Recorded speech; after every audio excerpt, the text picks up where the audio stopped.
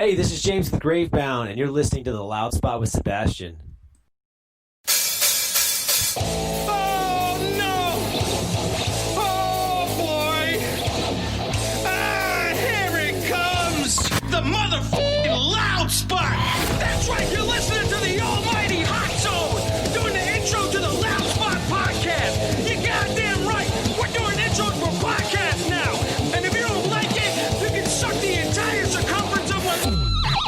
Wayne Tretzky with the squeals and the drops! P1E goes hard till it pops! Cannonball, don't trust a cop! Johnny Spotswood just don't know when to stop!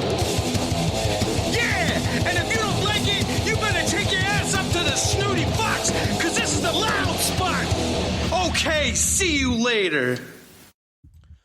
What's up, everybody? Welcome to the Loud Spot. I'm your host, Sebastian Cosme, right out of Oklahoma City. Today, I'm hanging out with Johnny and James from the band Gravebound. Hey, dude.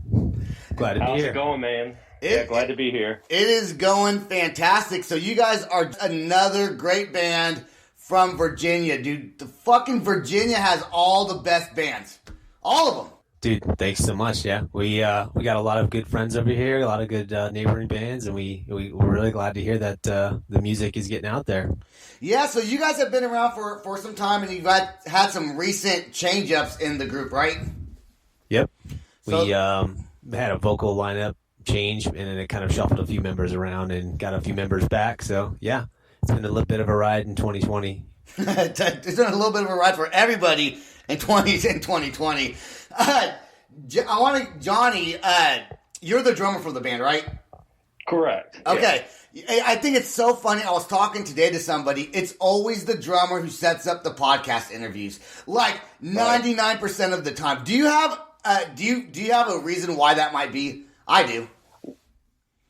I mean, if I want to be completely honest, most of the other guys, like the members of the band, are super busy. So James writes pretty much all of our music. Kyle really helps him with that. Joe does a lot of our video editing. So I do more of the social media, reaching out to people, networking, and setting up like interviews, music videos, podcasts, and all that kind of stuff. So they had to give me something to do so I can keep my job.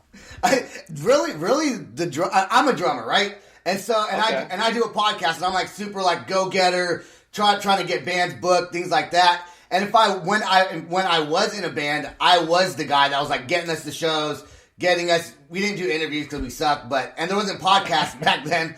But if there was, that would have been my job. I just think that drummers, because we're just used to I look at like a drum set like a network, right? Right. And so it's almost like you're networking, like you're getting yourself out there. It's almost like, I don't know, if you can visualize it as I don't know, maybe that's a stupid comparison. I think I could definitely agree with that because I'm probably the most outgoing one as far as in the band, and I love talking to people. So that's probably the easiest member of the band to do it. Someone that likes to go crazy, don't care what they think of them when they're playing live, sticking my tongue out, whipping my hair around. So why not just reach out to someone and try to get a show or a podcast? You and all your hair, I hate you guys. Both of you guys. I have no hair. What were you going to say, James, earlier? I was just going to say Johnny is the extroverted person in the band, so he's definitely that outgoing guy, like he stated, that, reaches out to people and networks easily with people. So Kyle and I are kind of keep to ourselves, and Joe's a little bit in between, so that's why Johnny is really good at doing stuff like this. So Johnny's awesome, the rest of the band's a dick. Just kidding. Accurate. That's pretty accurate. So obviously you guys haven't been really playing shows. Have you guys done any of those live, like Facebook concerts that people are doing? No, we thought about it. It's just, honestly, it's a lot of work to set up and really do it right. There's just the atmosphere, the audio feed, and just, you got to also not suck too, right? But yeah. There's a lot to it. It's kind of like, is it really going to be the biggest bang for our buck? And we're trying to focus on creating music and things that people want to see from us, because it's really just a huge lift, and we might have like 5 people show up to something like that. And it's like, was it really worth it? It was cool, and we can do it again, but we would rather focus our efforts on other things when we have the time. That's what I was going to say. I agree with you because I hear there's a lot of crappy bands that do it, but then there's a lot of really good bands that do it, and some that I really enjoy. And I'll go on and I'll watch it, but I'm also doing other things while I'm watching it. and there's always like the band could have 20,000 fans, and there's like 6 people at any given time watching. It's because it's not like I don't know. If you're not super famous, there's not the same. Yeah, it's just not the same. Yeah, if you're not super famous, you don't have an audience pull for it, or if you don't have a way to blast yourself in front of a bunch of people to market like a show like that, and even then they're gonna be like, "Who is this?" People want to be doing other things when they're on their phone. They're on their phone because they're just taking a 5-minute break. They're not trying to watch a show, and if they're at their computer, then then maybe you'll have someone that'll stick around and watch it or whatnot. But it's not as engaging as a real show, and it just never will be. For sure. So tell me a little bit about Gravebound. Give us some history about the band, about your sound, which you guys have a unique sound for being a metalcore band. Give us a little bit of backstory. Johnny, you want to take that one? No, I'll give it to you. You're the one that wrote everything, starting from Phobia, going to Failure by Design. I mean, I'll let you take that one. Well, I mean, so we were known as a band called Heard by Eyes. A terrible name, but we kept it for and obviously not all the members are still the same. And we released an EP there, and then we were writing Phobia, which is our last EP with Gravebound. And we decided to engage Jesse Barton for our management, which is Pinup Management. And with that, he brought in a lot of new ideas, such as rebranding, which was a great idea. It just was a lot to do. And so we rebranded to Gravebound. I do like that name, Gravebound. That's a cool name. Thank you, appreciate it. We took that was a couple days of going back and forth and arguing because trying to get 4 or 5 people to agree on something is difficult. That's why I do a podcast, and it's just me. I tell myself what I want to do. But go ahead, sorry. Yeah, no worries. Yeah, so we ended up releasing Phobia was it last year? Well, technically 2 years now, 2019. We had a good reaction from it. That was with our old singer. And then I think, January through May, we were working on new content for Gravebound, and things were not working out well with our vocalist, and we decided to part ways with him, and we ended up moving Kyle Richards, our other guitarist, to vocal, and we ended up inviting one of our longtime friends back. We used to be in a band with him as well, Johnny and I, way back in 7 years ago, and he's playing bass now. So we have 4 members: Johnny on drums, myself on guitar, Kyle on vocals, and then our friend Joe on bass. I think 4 people in a band probably is a little bit easier to deal with than 5. Oh yeah. Are you guys all super close with each other? Like, you guys grow up as friends and whatnot? We grew up, Johnny and I have been in a band together for a long time, and we've all known of each other for probably 8-9 years. But I wouldn't say we're attached at the hip, right? We weren't babies and best friends and always hanging out. And we all have our differing personalities and our different things that we like to do. So we're still all good friends, but I wouldn't say we're inseparable. You're not sword fighting and crossing streams every day, right? Exactly. Johnny, how do you say your last name? Well, that's actually my middle name. Oh, that's your middle name. Okay. And that's Osier. Oh, because earlier I was like Ozier. I was like, I know that's wrong. and then I was reading it as Ozier, like it was French. Oh, Johnny Ozier. Oui, oui. No, it's Osier, and it's from Denmark, so I don't know anything else about it. I was just named after my dad. So awesome, man. Failure by Design. How long ago did you guys write this? And this song's really already available to purchase, right? Or to download and all that good stuff. Yep. Right. When did that come out?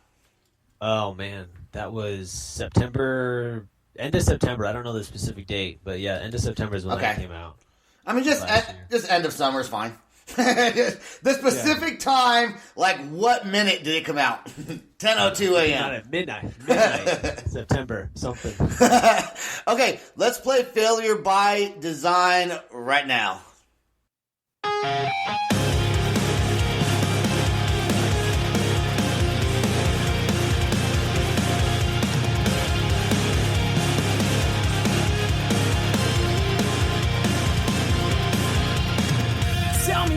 Tell me more, say something. Heavy words are weighing down on you.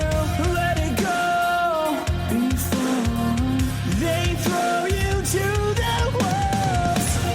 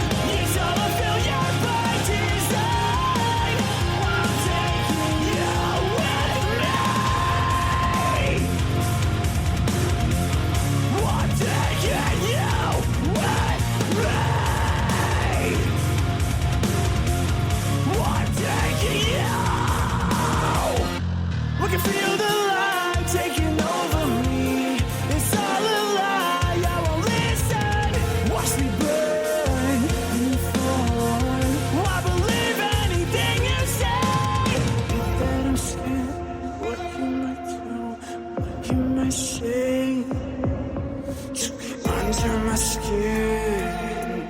I'm never letting you in. Take away a part of me that I don't show no one, 'cause I'm just scared of what they see in me. Anything to feel alive. You lose it all. It's all a failure by design. I'm taking you with me. I'm taking you with me. You'll never win. Follow me, you will see that we can't get away from who we are. You're killing me, you can set me free with these words you bestow upon me.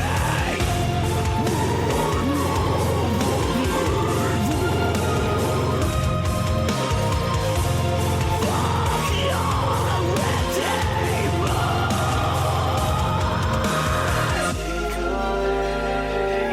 Take away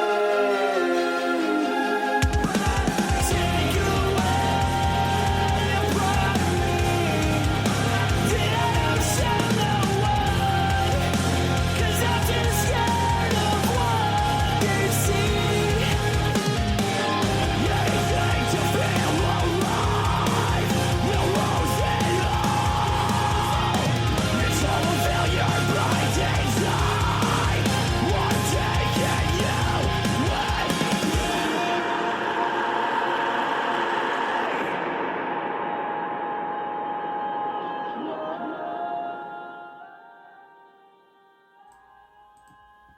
Dude, that song is sick. Did you guys have that same exact sound with your other singer?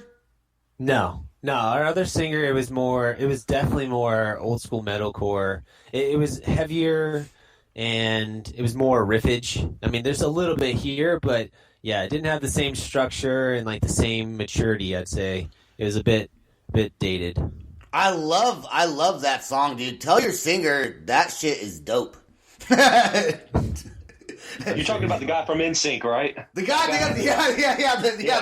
pretty boy in the band. Yeah, we'll let him know right when we get off of here. We might as well talk about it now since you brought it up. While the song was playing, I was asking Johnny and James, I was like, that's your music video you guys have out now, right? They're like, yeah.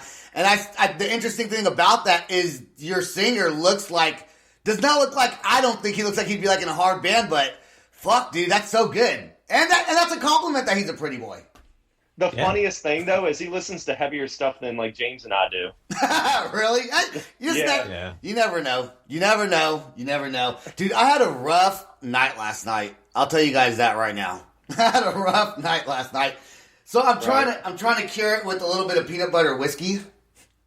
Oh, you had one of those nights. Yeah, yeah. Well, we started playing Monopoly, and then it turned into like I just got hammered, and I was like, I quit playing Monopoly. We were 2 hours in, and like the game was like tied. Like, you ever play Monopoly? Like most